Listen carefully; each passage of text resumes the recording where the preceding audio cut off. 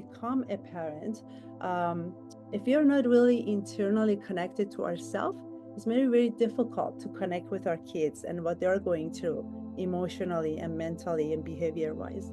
9 things all children need: structure, consequences, parent child connections, lots of strong relationships, powerful identity, sense of control, a sense of belonging, about culture, spirituality, life purpose, responsibilities, their rights, and their, of course, safety and support.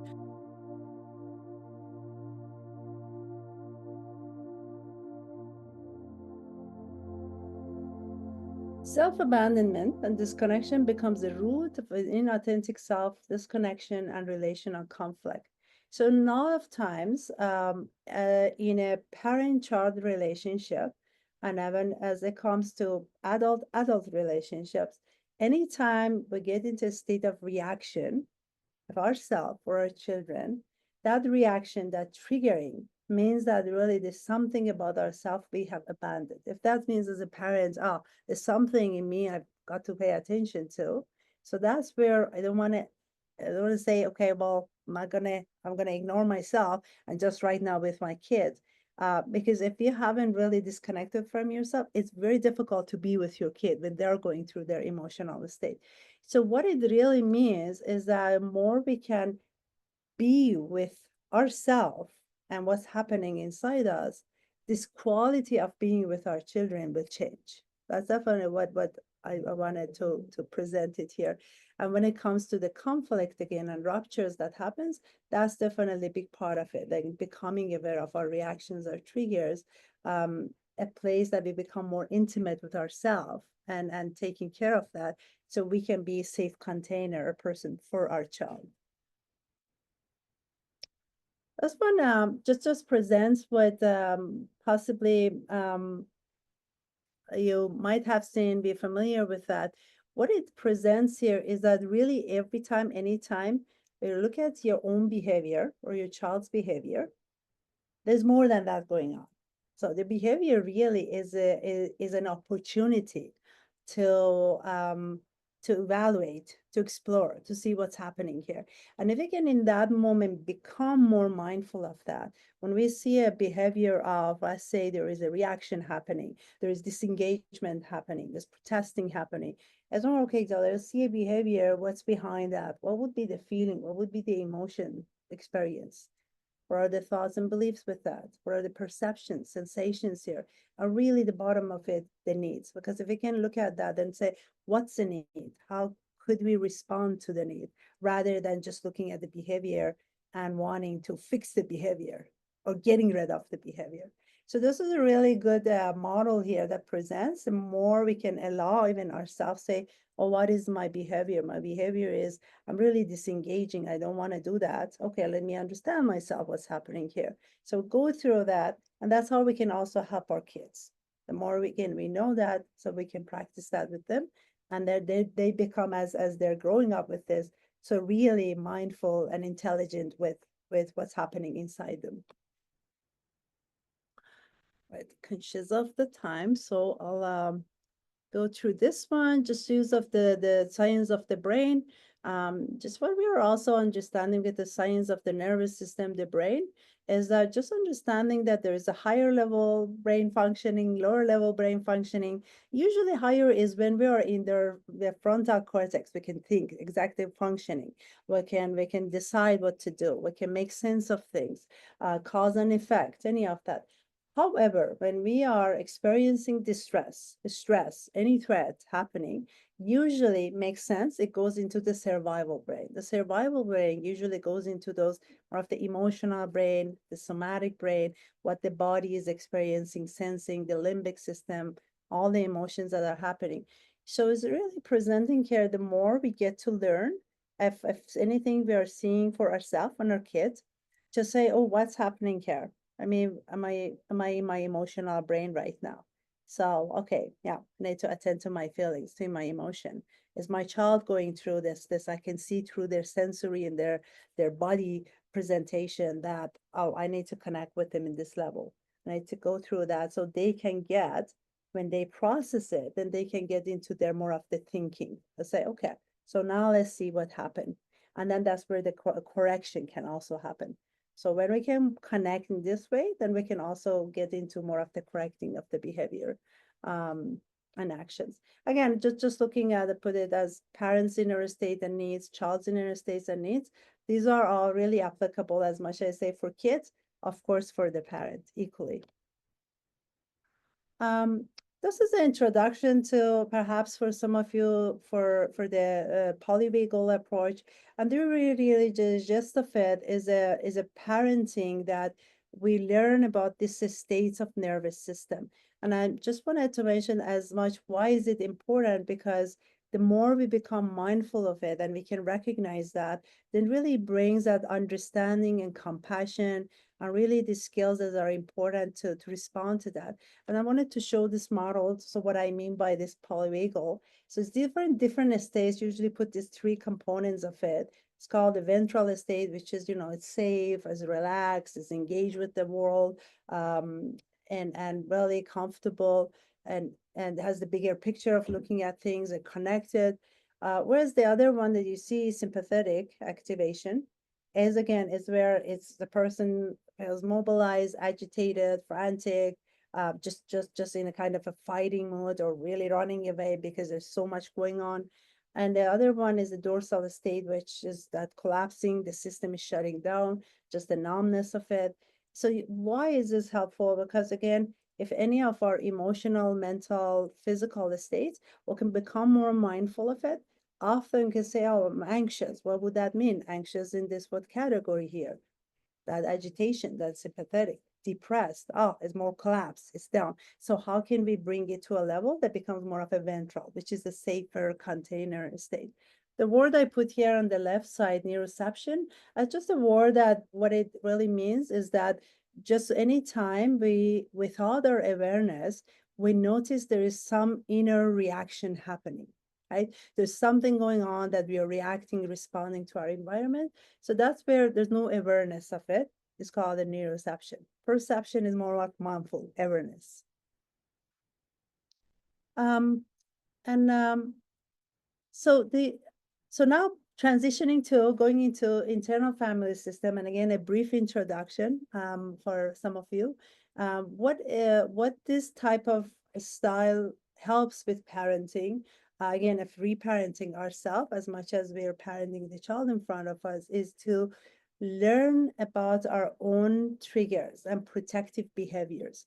So protective behaviors come in different ways: shutting down, again, fighting, disengaging, addictions, different kind of behaviors that we do excessively, just not getting engaged and disengaging. Even in some state, in some level of experience, could be anxiety, depression. These are all ways of dealing with these triggers that are called protective behaviors. And it comes really with that is a lot of underlying fear and shame. So it comes as this protective behaviors. So this model helps to really understand that. And the more we get to integrate with it and reconcile and heal it and work with it, it definitely impacts this cultivation of authenticity we want in ourselves and our children. And the core of this model is that everyone has a core self. When we come to this world, there's a core self. And over time, those different parts of us get to experience.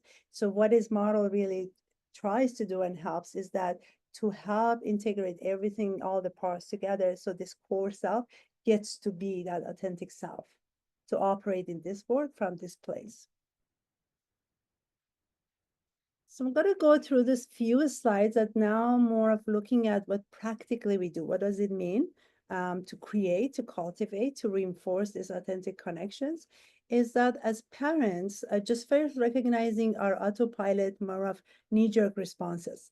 So anytime we see anything in our children, there's going to be that. So we become more aware of it. We can slow down and really just helping to create a space that we can build bridge, which means more of, can we hear them first? Can we allow them so they can, even if that means they can talk and they're in their presence, they can say, I'm just with my body language sitting here and I'm having a feeling.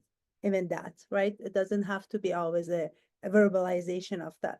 So we can become the emotional translators for our kids by getting in tune with them, being with them, seeing them, and then helping them to put it into words. When first we attended to them physically, what it is to create that safety, so they can learn to become aware of what's happening inside them, and so allowing them to express in a way that they can, so we can also guide them with that.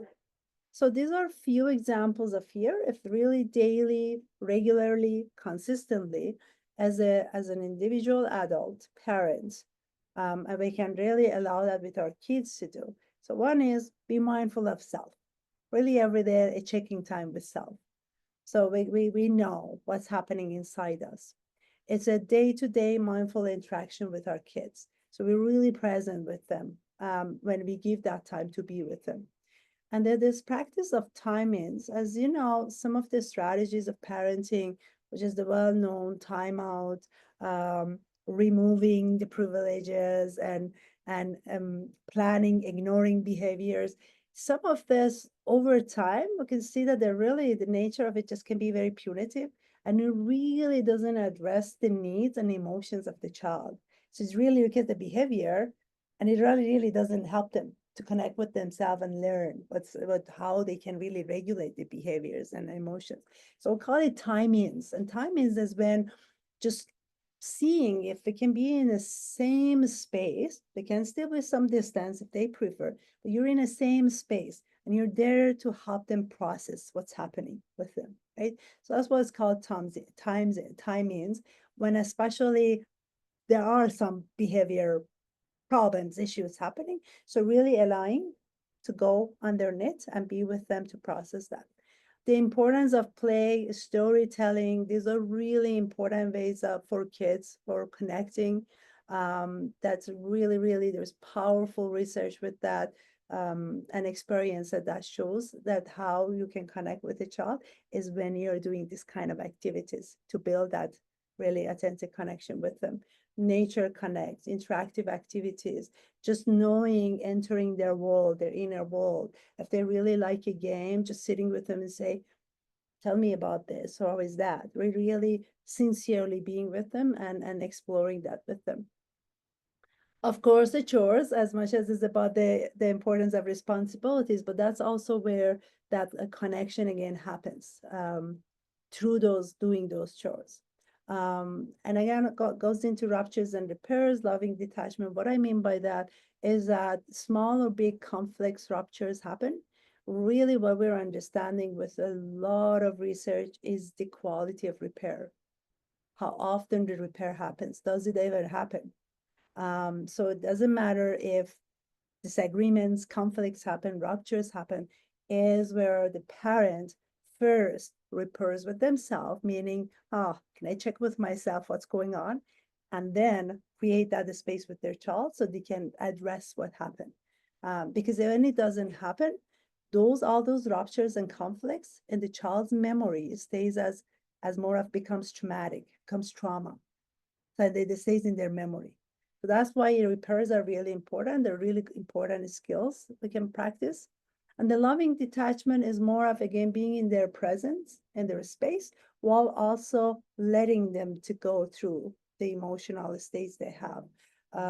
So they know that you're there, you can handle it. There's tolerance for their emotions as they have, and you're guiding them. Another model that in parenting it's used is called the emotional coaching. And then when parents learn to coach their own emotions, but they're for their kids. And these are really, as you see, steps, but it doesn't have to be in order. It requires the discernment of the parent. And it's where there's again some behaviors and emotions happening. So first, as the parents is experiencing, practicing becoming aware, knowing even what would they be feeling? What is my child feeling here right now? Right? Can I name it? Can I identify it? Am I able to validate that? Do I know how to validate that emotion, right? Even if I disagree with what happened here. And then we can provide alternative behaviors for the emotion. asking yourself or your child how you and they're feeling. And these are the examples of it. Again, if it's about, I say the child is feeling really sad because they miss their grandparents. And I know you know that, oh, next week we're going to see the grandparents. Why are you sad? Or don't be sad. Usually their response, quick response is that. So really the experience of it is that, yeah, it makes sense that you're feeling sad because you really love them. So usually what we know in emotional coaching, which comes from emotion-focused family therapy, often if you can put three becauses together, it's really strong, gives the message of validation to the child and helping them. So that makes them that you're sad because you really love them.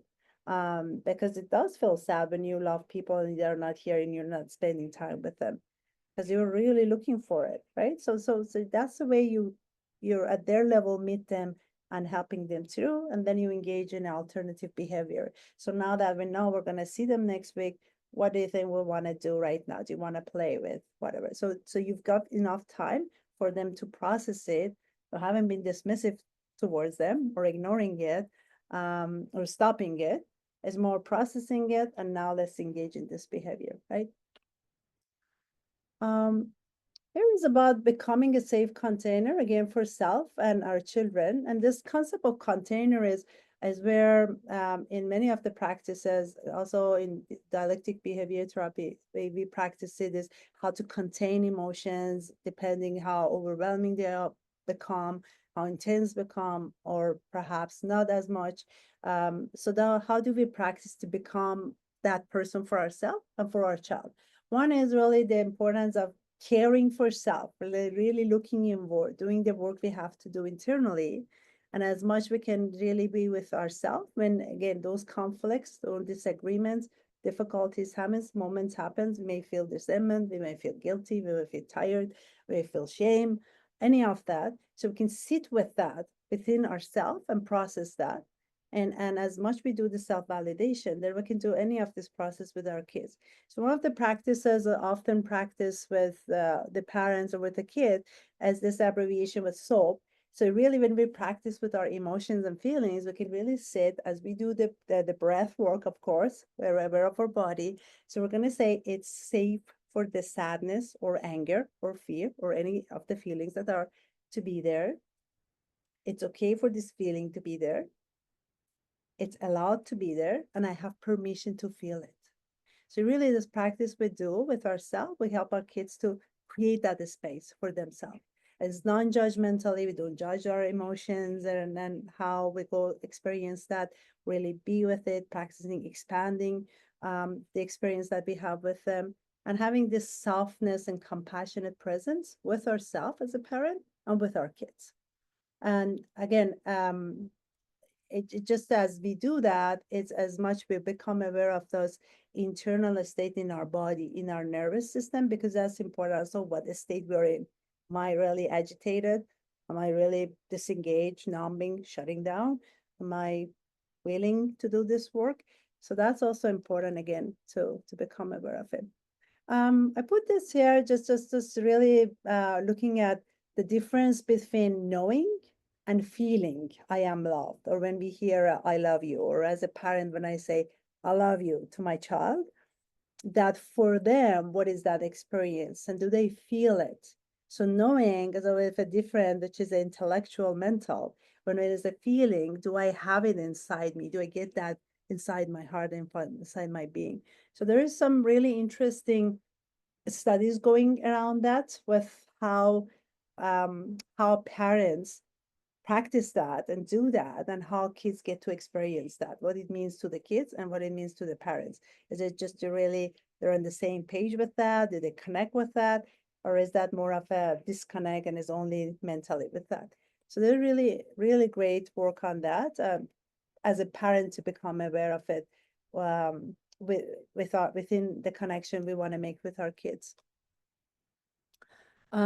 And throughout this presentation, really my hope is that it can give this knowledge and really understanding that here is this really three main shifts we want to consider and make is changing our interpretations of behavior, changing our responses to behavior and expectations of behavior. So really seeing any of these behaviors as opportunities of, I can get to know myself better, I can get to know my child better. And then what are the skills to be used in that? Um, Again, embodying the authentic connection and self with our kids. And just a reminder here that we are caretakers of our children.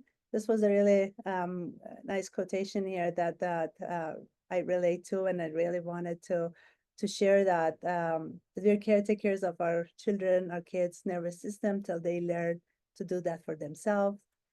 Um, and this few slides is just some of this techniques, some of these tools that in the field we use, and we encourage parents to use that. Just the abbreviation here, PACE, as it stands for playfulness, acceptance, curiosity, empathy, and it's really a way of feeling, thinking, communicating, behaving, that our children really connect with that feeling of safety, security internally and in the relationships. Just doing that through this kind of practices. I think I already referred to some of them. What it means. Another technique, again, abbreviation, CALM, is connect, affect, listen, mirror. And this one is where really helps the parents to, in a connected parenting, is that the parents can actively really engage with their kids' emotions, even if this really kind of mirroring it, and that they can see, if the tone of it, they're angry, that you can have that energy of it, not that you're yelling at it, just the energy of it and the facial, so they can really feel that connection that, oh, you get me. Yeah, that's where how you're feeling, and really listening, showing that you're reflecting, you're attentively paying attention, seeing them, and while you're keeping a calm presence with them. Um, Another one here, this one is where experiencing with kids that have a lot of fear and anxiety. A space is a supportive parenting for anxious kids. And that's what basically is that how is teaching the parents to the way they respond to their kids. It can really help the kids to really work with the anxiety in them and how they get themselves to become resource with that. Just the example of it, for example, with if anything the child is anxious about, worried about, afraid of often is about really going to the level to see, I see you, I know you're afraid, and I know you can do it. So it's not that, yes, you're afraid, don't do it, right?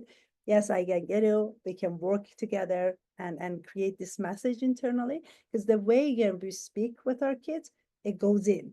So they internalize that. This one about the time-ins, abbreviation of peace. This one again is where we allow ourselves to pause as a parent, have the empathy, right? We pause, we check with ourselves, with our kids.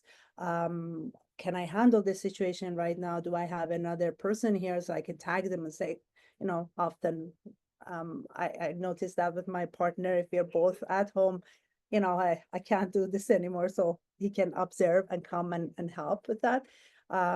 As much practicing empathy with our kids, just letting know that I see your feelings, you're accessible physically, you're there with them. And if they need this space, you give them. You can ask them, I see you're in this feeling. Would you like to hold hands? Would you like a hug? It's a yes or no. And then connect the dots where is more of this, it's gone through all the processing with the brain and the body. And it's a place of, so we can see actually what happened. Let's look at that, what happened. So and then we get engaged in something, some whatever activity, whatever it is in front of us to do. This was just an example just of some of the worksheets or practices we do with kids, even with adults. It's just really visual, more of where do I feel, what I feel with my feelings. So they get to color it, they get to see where they feel. So they really make the connection between their body and the mind and the emotions. There's a lot of fun activities with it, but this was just one example as helping parents and kids really visually with through activities how to do that. I wanted to share this. This is a really good brief presentation here Dr. Michael Unger, he's a psychologist in Halifax, and he has this really great research center on resilience in kids. So in various countries, various cultures, he's studied that. Really good books and materials he has. Basically, what is also presented here is 9 things all children need: structure, consequences, parent-child connections, lots of strong relationships, powerful identity, sense of control, a sense of belonging, about culture, spirituality, life purpose, responsibilities, their rights, and their, of course, safety and support. And of course, we can get into details of what each of this means.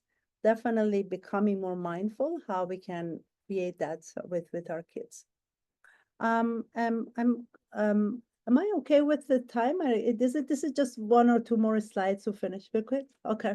So this is again just a few things here as we're finishing is that for our authentic self and connections and how potent and important it is really it's about the development and growth of our children as much as us, and how these connections are important again for us as parents, how we do that, and then how they get to experience that, of course, with the world around them.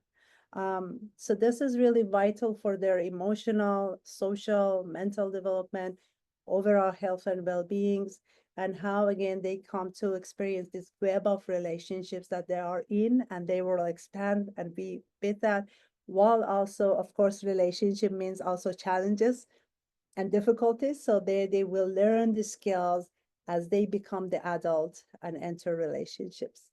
The importance of demonstrating vulnerability as a parent important, and how we do that in our homes and in our experiences.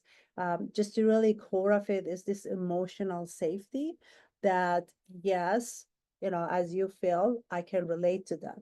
And when it's timely, we can say, did I tell you I went through this experience? Oh, when I was 10-year old, I felt sad, I felt angry, I felt really alone in those experiences, right? So they can see that, oh, we worked through that and we are here sitting with them, or a parent with them. And so really openness with that. Um, Absolutely the importance of empathy for ourselves as a parents and what we go through, as much as we can provide that and offer that to our kids.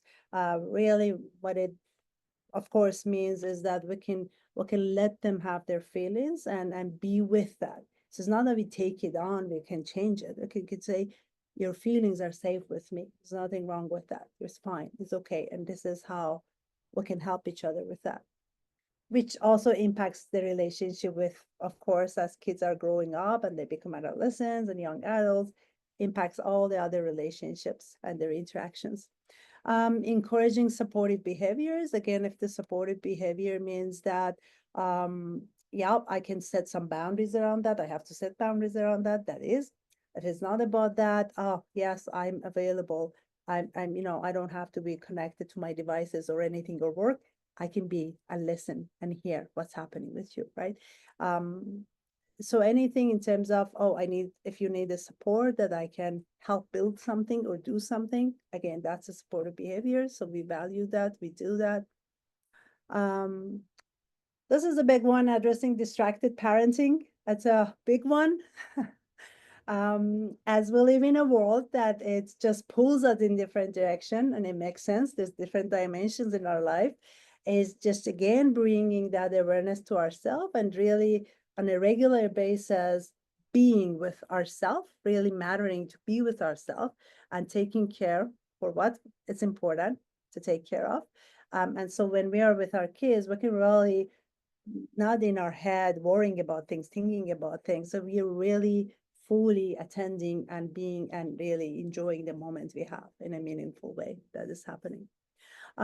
Dealing with social pressures, that's again, as much we create this deep connection, safe connection, soft connections between parents and kids, and they have it as much they go outside so they can really handle the storms outside as much as it's holding the place here.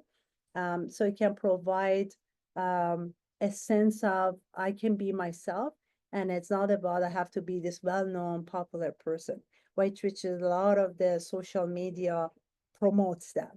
So when the home space is a safe space to have dialogues, to have that, and the child has experience that they can be themselves, they can trust themselves, regardless if anybody in the world comes and says, I don't like you or I don't like that, they can handle that. They can be themselves.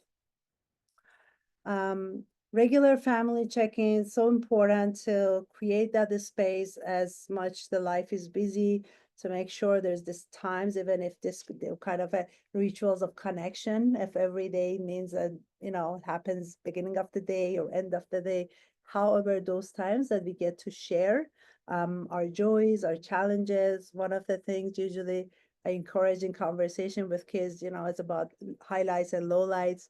Tell me about highlight of the day, low light of the day, what was challenging. So it also helps them to really build that in themselves. Um, Again, creating shared rituals. Of course, there could be for families different ways of um, celebrating, being together, doing things, because it also creates that sense of identity and sense of self and belonging and connection, and really strengthens that in themselves. Encourage open dialogue. That's essential that our kids with us feel the safety and trust that they can come and ask any questions, that they can really be okay, even if the hardest questions or the difficult things that they've done, they can still come to us and not be afraid of it. So you can create that space that welcomes them, with the communication that's important to happen. And this more of the last one. Again, connection is so, so, so important. So before everything else, before correcting, before instructing, transitioning, separating, expecting, it's so important to have that, because that connection, it really is the deepest level of parenting strategy, any tool we can have to make any of those happen. If we have to correct, if we have to provide guidance, if we want to change behaviors, if we want to prevent things happen. So important to again do that within ourselves and with our kids.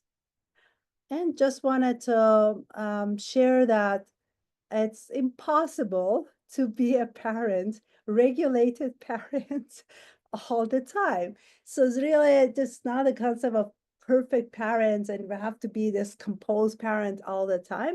And that's part of authentic parenting, is that we're really real with ourselves, and we're flexible and comfortable and okay with that.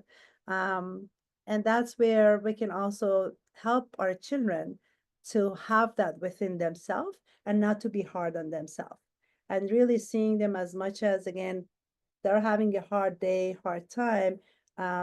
It's not that they're giving you a hard time, themselves, they're having a hard time. So really, even the vocabulary of it, the way we say it, to say you're having a difficult day, you're having a hard day, and that's okay. And I'm here, I'm unveiling. We can do that to ourselves, to sit with ourselves and even say those things to bring that, right? And I think that's it. These are just really a lot of good books that I thought is these are the ones that, of course, I use throughout this presentation. These are for parents, really good books to read, and these are for kids also, just to help them with their physical body, their nervous system, their emotions, sensory wise, their ways of relating, connecting. So that's pretty much it. Thank you so much for the time.